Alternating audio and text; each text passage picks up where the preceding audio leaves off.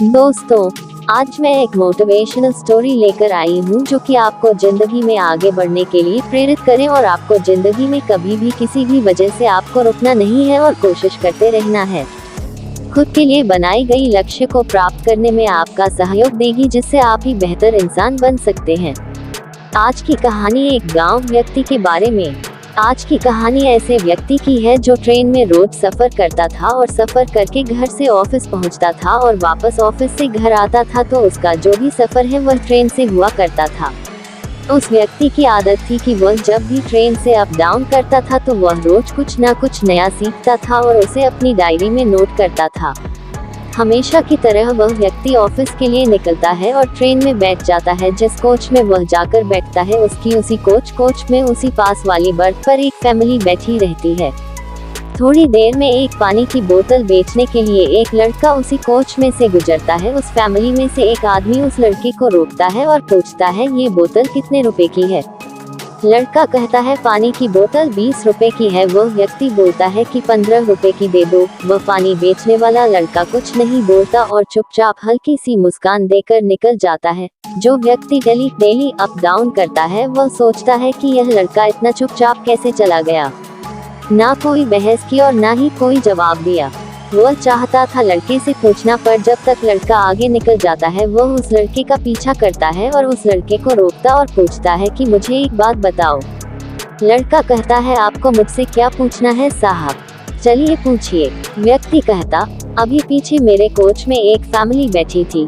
वहाँ एक आदमी ने तुम्हें कहा था कि मुझे ये बोतल 20 रुपए की जगह 15 रुपए में दे दो और तुम बिना कुछ बोले चुपचाप निकल गए, वह भी हल्की सी मुस्कान देते हुए। ऐसा क्यों? मुश्किलें वो चीजें होती हैं जो हमें सिर्फ तब दिखती हैं जब हमारा ध्यान अपने लक्ष्य पर नहीं होता। लड़का जवाब देता है, साहब उनको प्यास लगी ही नहीं थी, उनको पानी लेना ही नहीं था। वह व्यक्ति बोलता है कि तुमको कैसे पता? तुम अंतर्यामी हो जो तुम्हें पता है। लड़का कहता है, साहब जिसको प्यास लगी होती है वह पहले पानी की बोतल लेता है, पानी पीता है और फिर पूछता है कि बोतल कितने रुपए की है। जिसको प्यास नहीं लगी होती है वही ऐसे सवाल करता है, इसलिए मैं चुपचाप हल्की सी मुस्कान देते हुए निकल गया। वह आदमी घर आता है। अपनी डायरी में बहुत कुछ लिखा है और उसने क्या लिखा वह मैं आपको बताती हूँ। वह लिखता है कि अगर आपने अपनी जिंदगी में कोई लक्ष्य निर्धारित किया हुआ है तो आपका ध्यान सिर्फ उस लक्ष्य को पूरा करने में लगा रहता है। आपका ध्यान न कोई वाद विवाद में जाता है और न ही कोई बहस करने में, बस अपने लक्ष्य पर ध्यान रखते हैं। मॉरल ऑफ द स्टोरी, आजकल के जो स्टूडेंट है उनकी लाइफ में बहुत कुछ ऐसा होता है, वह सोचते हम कैसे लक्ष्य डिसाइड करें। डिसाइड भी कर लेते हैं तो उनको यह नहीं पता होता कि क्या सही है और क्या गलत है। काफी बार इस चक्कर में वह 3-4 अलग-अलग लक्ष्य निर्धारित कर लेते हैं, जिसकी वजह से वह एक भी लक्ष्य को पूरा नहीं कर पाते हैं। लाइफ की यह सर्कल की वजह से वह पीछे रह जाते हैं और बहुत सारी वाद विवाद और अलग अलग चीजों में फंस जाते हैं।